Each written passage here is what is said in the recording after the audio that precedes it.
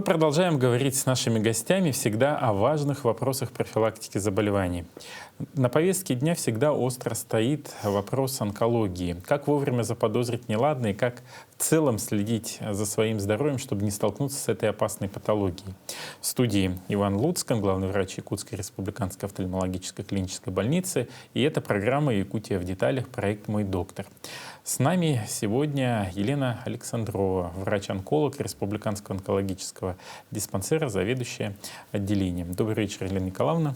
Добрый вечер. В феврале есть замечательный день, день борьбы против онкологических заболеваний. Нужно ли, на ваш взгляд, привлекать больше внимания к этой проблеме и каким образом это необходимо делать? Все мы знаем, да, что 4 февраля — это Всемирный день против рака, да, и в этот день все онкологи выходят посредством средств массовой информации к народу, да, говорят о проблемах и так далее, проводятся различные акции, но проблема существует каждый день, поэтому эта борьба должна быть не как вот разовое мероприятие, да, акция разовая, это должна идти каждодневная эта работа. В связи с этим онкологи, если это касается нашей республики, Министерства здравоохранения, онкологический диспансер, проводим каждодневную работу. Вы все знаете, наверное, о наших акциях, да, такие как онкопоиск, мамино здоровье, онкодесант, поэтому, в принципе, мы работаем над этим каждый день. А достаточно ли подкованные насчет этого наше население? Конечно же нет. Да, об этом надо говорить чуть ли не каждый день, потому что проблема есть, она существует. Может ли сам все-таки человек понять, что у него есть проблема, и постараться избежать ее? Сам человек, конечно же, может, да, так как болезнь человека — это всегда, как получается, это состояние, которое касается не только его, да, это такая ситуация, которая каким-то образом касается и государства, и общества в целом, да. Если бы человек жил так самостоятельно, обособленно, проблема была бы его личная проблема, да, а так как мы живем сегодня в государстве, в том государстве, где приоритетным направлением здравоохранения является сохранение здоровья населения, в том числе борьба с онкологическими заболеваниями, то проблема, конечно же, не одного человека. А что касается симптомов заболевания, любое заболевание имеет свои симптомы. Человек не может не заметить наличие какого-то заболевания в своем организме. И также человек должен быть подкован в плане наследственности, да, то есть мы все знаем, что в раннем школьном возрасте все дети занимаются составлением своего генеалогического дерева, да. Чуть став старше, любой человек должен сделать такое же, подобие генеалогического дерева по наследственным факторам. Кто, какие предки чем болели, потому что в любом случае заболевание может передаться по наследству. А вот кто больше всего подвержен, мужчины или женщины онкологическим заболеваниям? По данным ВОЗ болеют чаще мужчины. Примерно где-то на 15%. Если говорить в цифрах, то каждая пятая женщина, то есть каждый пятый мужчина и каждая шестая женщина могут в жизни своей заболеть раком. Примерно, если в процентном соотношении, разница 15%. Но если говорить о ранних раках, да, допустим, в возрасте от 20 до 40, болеют чаще на самом деле женщины. Это болезни репродуктивных органов. Да, это рак молочной железы, рак шейки матки, тела матки. Тут болеют больше молодые женщины. Поэтому если смотреть по возрастам, мы все знаем, что рак — это болезнь пожилого человека. Да, больше болеют люди старше 60 лет. То если касается молодых женщин, молодых людей, то в раннем возрасте болеют больше женщины. А вот с чем связано все-таки, что у мужчин больше распространенность? Скажем так, мужчины больше подвержены, как сказать-то, не очень здоровому образу жизни, да, больше подвержены табакокурению, тому же алкоголизму. Также наши мужчины работают в более тяжелых условиях, да, связанных с какими-то, допустим, химическими факторами и так далее. Также питаются хуже, чем женщины. Питание тоже очень имеет такое значимое значение. Почему случается так, что порой онкологию можно найти даже у новорожденного ребенка? Ну, на самом деле дети не должны болеть раком. Да? Если смотреть по статистике, на 100 заболевших раковыми заболеваниями на долю младше 21 года где-то процентов, наверное, скажем, 2-3. То есть из 100 человек это 2-3 человека, которые заболели в раннем возрасте. Да? Что касается новорожденных, это, скорее всего, это наследственные факторы, могут быть какие-то генетические нарушения. А обычно опухоли новорожденных, они связаны с другими патологиями. Допустим, у тех, кто чаще развивается, у кого, допустим, синдром Дауна, какие-то вот эти нарушения имеются уже в плане закладки именно эмбриона. Опухоли у детей, они растут из таких, скажем так, из неправильных клеток, из неправильных тканей, которые не успели развиться. И чаще всего дети болеют лейкозами, лимфомами и болезнями именно центральной нервной системы. А насколько лечение в России соответствует мировым стандартам и приносит успех? Эта тема такая, да, обширная, можно сказать, да. Есть общемировые стандарты лечения, внутригосударственные стандарты лечения, да. Тут нужно сказать, что медицина вне политики. Мы все работаем по общемировым стандартам. Конечно же, внутри определенного государства есть свои клинические рекомендации. Мы же работаем по своим клиническим рекомендациям. А эти клинические рекомендации, они основаны на общемировых исследованиях, на научных заключениях. Поэтому наши клинические рекомендации никак не разнятся от общемировых стандартов. Сегодня в нашем онкологическом диспансере мы проводим практически все медицинские услуги, в том числе в хирургическом плане. Противоопухолевая лекарственная терапия у нас очень сильно развилась, также лучевая терапия. Мы проводим лечение практически всех опухолей на сегодняшний день. Поэтому мы имеем успехи в этом плане. Задам, наверное, такой вопрос очень... С одной стороны, может быть провокационный, с другой стороны, он требует ответа. Вот бывает так, что люди едут за границу. Якутяне у нас предпочитают ездить в Южную Корею для лечения онкологических заболеваний. Может быть, буду более циничен и жесток в этом вопросе. Насколько целесообразно туда ехать? И помогают ли там реально? Или же все-таки в конце концов итог один?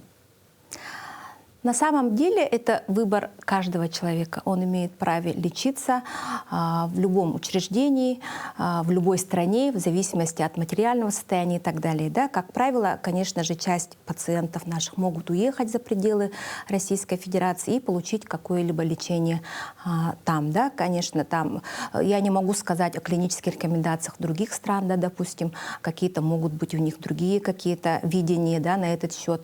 Но в нашем случае, да, в нашем онкологическом диспансере и по всей России мы, опять же, повторюсь, работаем по своим клиническим рекомендациям. Эти клинические рекомендации, конечно же, они тоже все на самом деле относительно. Да, касательно пациента, все относительно. Для этого проводятся консилиумы врачей, да, строго, индивидуально по каждому пациенту мы выбираем именно подходящее ему лечение. Да. Бывают, конечно, случаи, когда без хирургического вмешательства быстрого не обойтись, поэтому вне клинических рекомендаций тоже могут быть случаи. Да. Экстренные при этом могут быть случаи. Что касается лечения за пределами Российской Федерации, конечно же, тут, опять же, повторю, что они работают по своим клиническим рекомендациям. Конечно же, в том числе это бывает сопряжено какими-то финансовыми составляющими и так далее. Поэтому проводят больше хирургических вмешательств, высокотехнологичных вмешательств и так далее. А насколько это эффективно? Я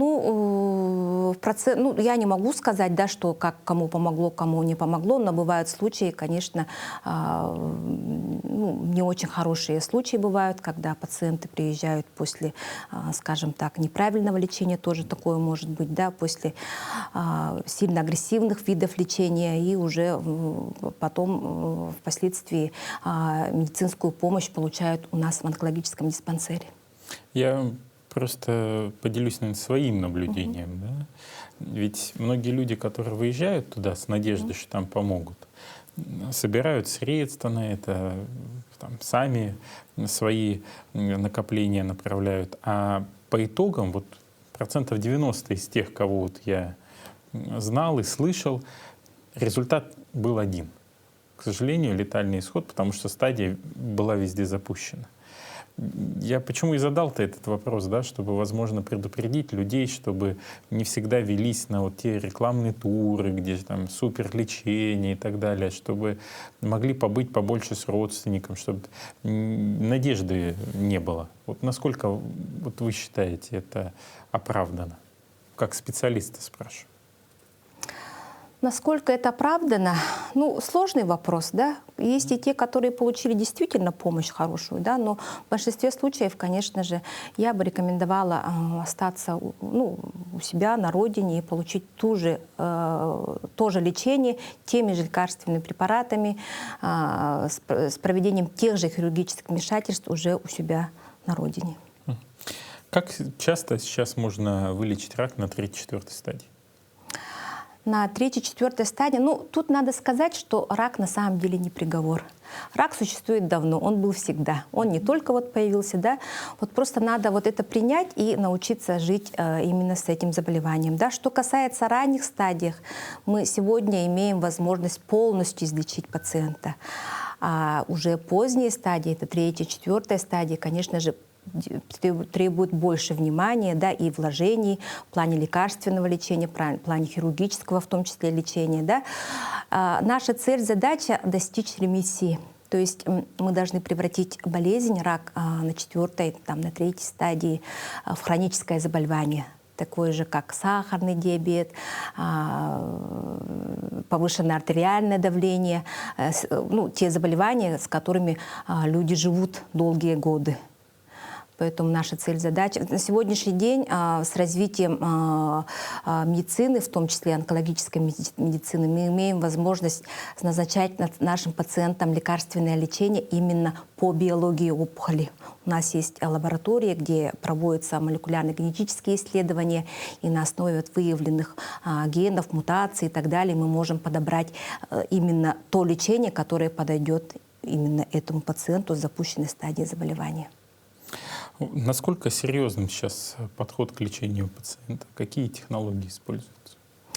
Ну, за последние 5 лет, можно сказать, случился прорыв, да? Благодаря федеральной программе борьбы со злокачественными образованиями у нас появились возможности. У нас полное переоснащение получилось. За 5 лет мы получили примерно 70 новых единиц оборудования. Появились все больше возможностей в плане диагностики наших пациентов. В плане, для хирургов есть возможность проводить высокотехнологичные операции на новой аппаратуре. Для лучевых терапевтов проводить все новые методы лечения лучевым методом. Для химиотерапевтов же, как я уже сказала, на основе вот этих молекулярно-генетических исследований у нас появилась возможность лечить новыми таргетными иммунопрепаратами. Поэтому у нас возможности такие хорошие, скажем так. А вот работают ли сейчас с пациентами психологи? К сожалению, на сегодняшний день у нас в штатном расписании нет психолога. Но тут к нам на помощь приходят волонтеры-психологи. Вы все знаете, наверное, о существовании общественной организации, да, под руководством Капитолины Капитоновны. Это антирак, поддержка выживших, с которыми мы активно сотрудничаем, проводим различные акции, мероприятия совместные. Любой пациент может включиться в это общество и получать психологическую помощь. Также, работая в онкологическом диспансере, каждый врач, каждая медсестра берет на себя функцию психолога. Разговаривая с каждым первичным пациентом перед назначением какого-то лекарственного лечения, хирургического лечения, мы разговариваем с каждым пациентом. Разговариваем не только с пациентами, это не только его проблемы, мы разговариваем с его родственниками, да, потому что больше всего страдают в этом плане родственники. Поэтому мы стараемся, но, конечно же, помощь психолога дополнительно штатного было бы для нас. конечно. Вот, кстати, по поводу статистики вопрос сразу возник в преддверии следующего вопроса. Насколько статистика сейчас говорит о том, что рак очень сильно вырос? Или растет все-таки из-за выявляемости активно? Раньше не выявляли, сейчас выявляют. Ну, я считаю, это лично мое мнение, да, конечно, статистика, она статистика, да, она идет. Нет такого, что рак прямо в последние годы заболеваемость раком резко поднялась, такого нет. Рак существовал всегда, как я уже сказала, да, люди болели всегда. Может быть, среди них были и невыявленные ранее, да, ну, в связи с невозможностью выявить рак. А сегодня мы имеем возможность выявить рак на ранних стадиях. Это проводятся все различные вот эти акции и так далее. И путем этого мы выявляем больше заболевших. Допустим, что касается рака щитовидной железы, да, тоже вот увлечение рака щитовидной железы сейчас говорят. Это связано именно с инструментальными методами исследования. Раньше эти люди жили, и никто не знал, что у них зловым зобом жили, да. А сейчас мы имеем возможность выявить именно рак. Поэтому, ну, это связано, увеличение заболеваемости связано с улучшением возможности диагностировать рак. Потому что вот регулярно в социальных сетях везде пишут, вот, Вилюйская группа, там онкологии очень много. Можете цифрами? Статистика это не показывает. Большей частью просто потому, что информационных ресурсов стало много, и все об этом активно обсуждают. Да. Я вот почему и подвожу так к следующему вопросу, связанным с экологией. Насколько этот фактор сильно влияет на заболеваемость онкологическими заболеваниями? Конечно же, экология влияет. Да, если говорить об экологии, конечно же, ну, сегодня мы можем задуматься, да, насколько вообще не только экология нашей республики, да, экология всего земного шара страдает на самом деле, да, с развитием промышленности и так далее. Конечно, это играет немаловажную роль. Появляется все больше промышленных там фабрик, связанных с какими-то химическими препаратами и так далее. Это не может не сыграть в пользу развития рака. А наследственность? Наследственность — это основной фактор на самом деле, да. Поэтому я уже сказала, что каждый человек должен иметь генеалогическое дерево именно по здоровью своих предков. Поэтому наследственный фактор может иметь место в развитии. Не у всех, конечно, но это немаловажный факт. А вот какие виды рака чаще всего встречаются у нас в республике, вот, по статистике? По статистике, ну, из года в год мы знаем, что у нас на первом месте стоит рак легкого. Да? Болеют где-то в год больше 300 новых выявляем. Это 300-400 пациентов в год. Да? Ну, это связано, конечно же, со многими факторами, в том числе с тем, что многие курят, многие болеют хроническими заболеваниями. На втором месте у нас рак молочной железы, рак печени очень много. Мы все знаем, что это практически уже наша краевая патология. Раком печени болеют из-за того, что очень много у нас состоящих на учете с хроническими заболеваниями печени, в том числе с гепатитами. Также растет заболеваемость желудочно-кишечного тракта. Это рак желудка и кишечника. Ну, конечно же, это связано, скорее всего, с нашим питанием. А вот насколько правильное питание влияет на показатели заболеваемости? Ну, о здоровом питании сегодня можно говорить часами, да, конечно же, от того, человек ест то, что он на самом деле кушает, да. От правильного питания, допустим, если так посмотреть по развитым странам, да, у них все больше болеют раком кишечника и желудка. Из-за чего? Из-за того, что питаются рафинированными продуктами. На севере испокон веков наши предки питались такими натуральными продуктами, да, мясо, молочные продукты, поэтому надо следовать вот этому принципу, питаться именно здоровой пищей, именно пищей, которая дает достаточно энергии, насыщенными энергетическими продуктами. Вот по поводу обращений в онкологический диспансер, вот как сейчас выстроена маршрутизация пациента? Вот сначала куда он должен обратиться? В поликлинику по месту жительства, далее какой онколог его должен посмотреть? В поликлинике или ему сразу необходимо обращаться в онкологический диспансер, если вдруг что-то заподозрили? Есть на сегодняшний день ну, существует приказ маршрутизации. Да, согласно этой маршрутизации наши пациенты к нам попадают. Конечно же, в первую очередь у каждого человека есть участковый свой терапевт, да, к которому участковая поликлиника, где непосредственно прикреплен пациент. Все мероприятия по обследованию и так далее проводятся именно в поликлинике. Затем при подозрении злокачественного новообразования проводится опять же в поликлинике обследование. После того, что как либо выявят, либо не исключат, да, развитие рака, этого пациента направляют уже в наш онкологический диспансер.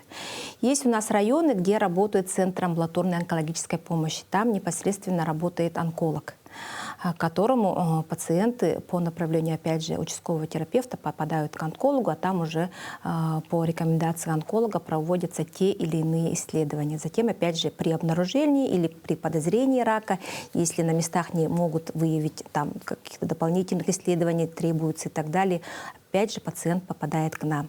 Но на самом деле в наш диспансер могут попасть и с улицы на самом деле. Да? У нас республика маленькая, по звонку, по желанию и так далее. Пациенты с жалобами, с подозрениями могут попасть и без направления тоже на самом деле.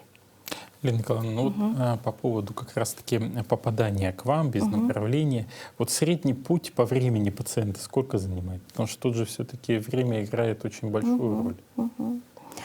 Ну, с открытием онкологического диспансера, у нас онкологический диспансер-центр новый открылся 5 февраля 2024 года, с того времени у нас немножко расширились и возможности, да, это увеличение штатного расписания и так далее. У нас сегодня работает в штатном расписании более 800 работников, да, в том числе увеличилось количество врачей в поликлинического отделения.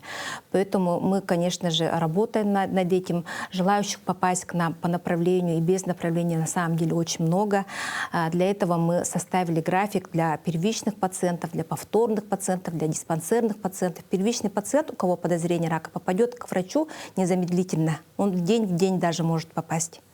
А повторный, кто вот на диспансерном наблюдении и так далее, на контрольное обследование, может попасть в течение 3 дней. Вот такие у нас рамки поставлены. Вот по поводу акции «Онкопоиск». Что это за акция? Ну, для тех, кто все-таки еще с ней не сталкивался. Как в ней принять участие и какие результаты вот по итогам нескольких лет ее реализации? Ну, акция «Онкопоиск» работает с 2020 года. Да? За это время мы имеем очень хорошие результаты. На сайте oncopoisk.ru любой человек может заполнить анкету и на основе вот этого анкетирования получить информацию, может ли он болеть в настоящее время раком, заболеть в ближайшее время, или у него уже нет причин беспокоиться. Да?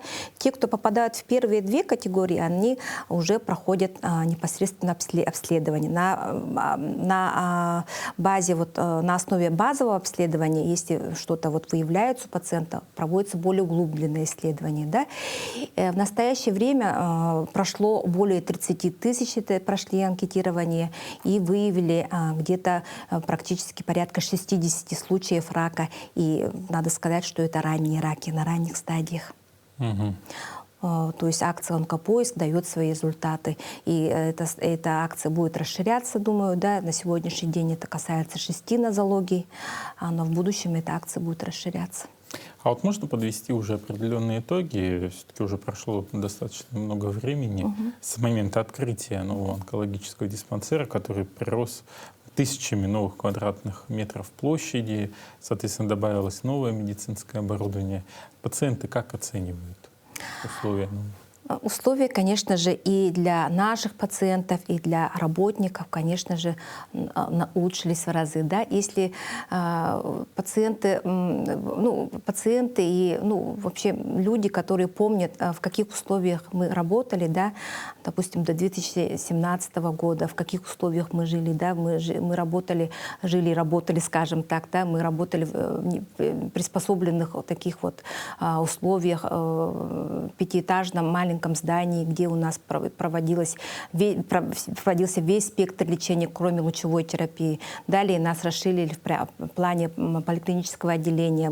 Поликлиническое отделение вывели в другое здание, немножко улучшили условия. Да. Далее мы арендовали здание Якутской республиканской клинической больницы. Им большое спасибо. Да, у нас такие были условия тоже неплохие. А сегодня мы живем уже в своем доме, в своем онкологическом центре, да, где мы можем работать и трудиться во благо наших пациентов. Конечно же, условия улучшились.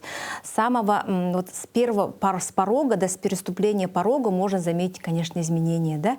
И наши пациенты в этом плане, когда только открылся диспансер, все очень даже удивились.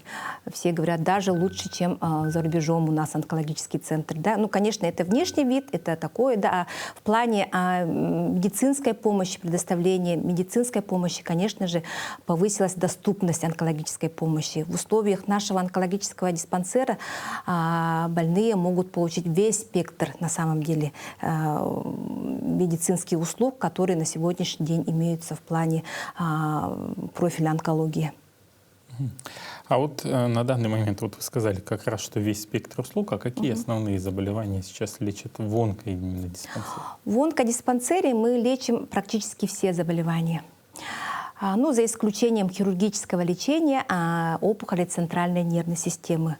Лекарственную противоопухолевую терапию, лучевую терапию опухолей центральной нервной системы мы не проводим только хирургическое лечение. Все остальные нозологии, все раки мы лечим именно в своих условиях. Вот по поводу статистики мы с вами поговорили, да, вот как раз рак легкого это на первом месте. Но вот по поводу выявляемости немножко затронули эту тему, да, и по онкопоиску. Но все-таки, если взять вот цифры, какое время проходит от выявления до развития, например, 3-4 стадии у пациента, если он не вовремя обратился, например? Ну, тут все строго индивидуально. Что касается рака легкого, это вообще, если раньше рак легкого считали, что это одно заболевание, да, на сегодняшний день рак легкого стал таким вот, вроде мы выявляем 300 с лишним пациентов, и все они разные по биологии опухоли, да, какие-то опухоли растут очень быстро. Допустим, мелкоклеточный рак, да, он развивается очень быстро. Буквально за полгода он из первой стадии может превратиться в 4-ю стадию.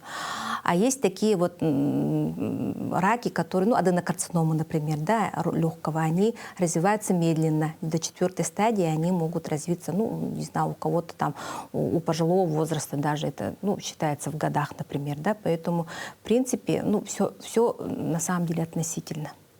Невозможно так сказать, допустим, вот там через какое-то время уже будет 3-я стадия, потом 4-я стадия. Так невозможно так угадать. Выживаемость при разных стадиях рака сколько сейчас лет составляет? У нас есть свои индикаторы, да, это 5-летняя выживаемость, одногодичная летальность и так далее, да. С развитием вообще медицины в целом и с развитием онкологической помощи и непосредственно у нас в республике вот эти показатели намного улучшились. На сегодняшний день где-то на 10% вот повысилась диагностика, да, допустим, выявляемость рака, скажем так, да, и где-то на 10% уменьшилась смертность от злокачественных новообразований за последние, скажем, 5 лет. То есть результат достаточно серьезный. А вот, допустим, с вашим опытом работы, вы же можете сказать, сколько там было лет? 10-15 тому назад? 10-15 лет назад, допустим, если говорить о том же раке легкого, да, тут одногодичная летальность составляла где-то 70%. Представляете? А сейчас с раком легкого у нас люди живут годами, более 5 лет живут с 4-й стадии заболевания. Поэтому тут тоже у нас есть хорошие показатели. Более такие расширенные показатели улучшения онкологической помощи в республике, они будут позже. Да, это мы только открылись, возможности расширились и так далее. Вот эти показатели у нас будут идти вперед и вперед, они будут становиться все лучше и лучше. Через 5 лет мы с вами встретимся и будем говорить уже о других показателях.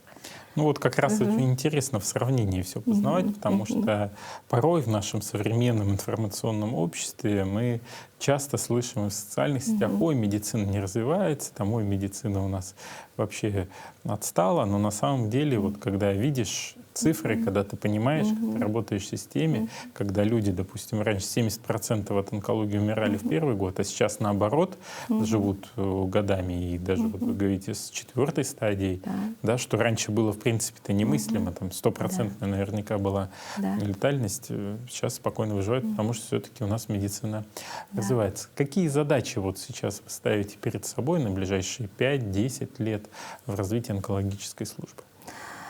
Ну, задач на самом деле очень много, да. Сейчас идут некоторые изменения вообще в организации работы онкологической помощи, да. Ну, об этом сегодня, наверное, говорить сильно не будем. Целей и задачи много, в том числе, это, конечно же, улучшение наших показателей. Опять же, это одногодичная летальность, 5-летняя выживаемость, расширение возможностей онкологического диспансера в плане хирургического лечения, в плане лучевой терапии, в плане противоопухолевой лекарственной терапии. Но нужно сказать, что мы на самом деле на сегодняшний день идем в ногу с мировыми стандартами на самом деле. А куда выезжают специалисты проходить обучение? Ну, в связи с развитием ситуации, конечно же, у нас возможности немножко ограничились, но наши врачи ездят учиться именно наши федеральные институты в основном, да, и за пределы республики, получается, да, и за пределы Российской Федерации тоже есть, имеется возможность выезжать. На самом деле обучаются наши врачи очень активно. У нас есть план развития именно по обучению врачей. И согласно этого плана ежегодно, ежемесячно практически врачи выезжают на рабочие места обучаться. Вот когда обмениваются опытом, сильно ли отличается тактика ведения пациентов в центральных регионах у нас, когда вот врачи приезжают, говорят: а вот там вот так они делают, а мы вот так, например? На самом деле, да, у нас же проводятся мероприятия, много мероприятий, мы меняемся, к нам приезжают, мы выезжаем, да.